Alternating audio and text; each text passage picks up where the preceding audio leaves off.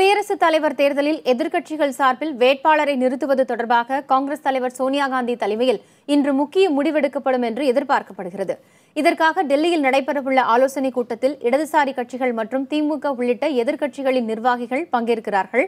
தேசிய ஜனநாயக கூட்டணி வேட்பாளர் ராம்நாத் கோவிந்த் தலித் என்பதால் அவருக்கு போட்டியாக தலித் சமூகத்தைச் சேர்ந்த மீரா குமாரை வேட்பாளராக அறிவிக்கலாமா என காங்கிரஸ் பரிசீலிப்பதாக தெரிகிறது.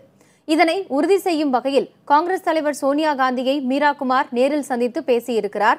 அதே நேரத்தில் சட்டமேதை அம்பேத்கரின் பேரனும் முன்னாள் எம்பியுமான பிரகாஷ் அம்பேத்கரை வேட்பாளராக தேர்வு செய்யலாம் என்று இடதுசாரி கட்சிகள் தெரிவித்திருக்கின்றன.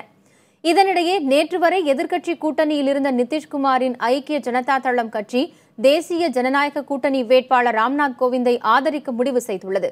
இதனால் எதிர்க்கட்சிகளின் பலம் குறைந்துள்ளது.